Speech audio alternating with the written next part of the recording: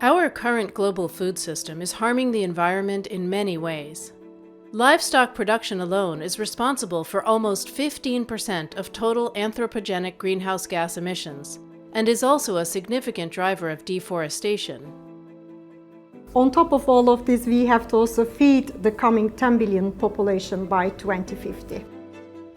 It's challenging to give up on the steak or on the burger that we are eating.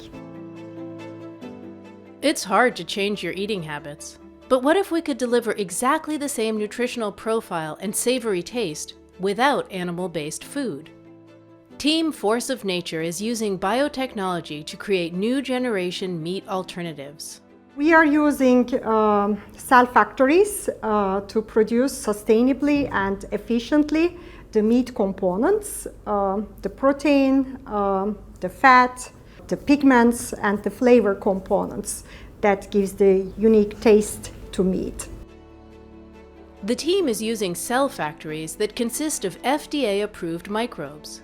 So instead of using animals, the same components are made with simple yeasts in bioreactors.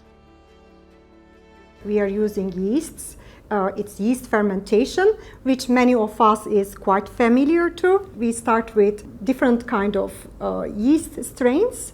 We feed them sugar or some other nutrients, other carbohydrates, and then we make the yeast to produce protein, the fat, the flavor component all at once. Another benefit of this approach is that the same fats can be used to substitute other animal-based products. And one of them is very typical, the dairy products, where the lipids contribute also to flavor, but then also the creamy texture of the dairy products. And there, of course, color is not something that you would like to get, or it is in a way different than the meat component. So again, with utilizing different growth conditions, we are able to get from the same yeast strain different kind of pigments.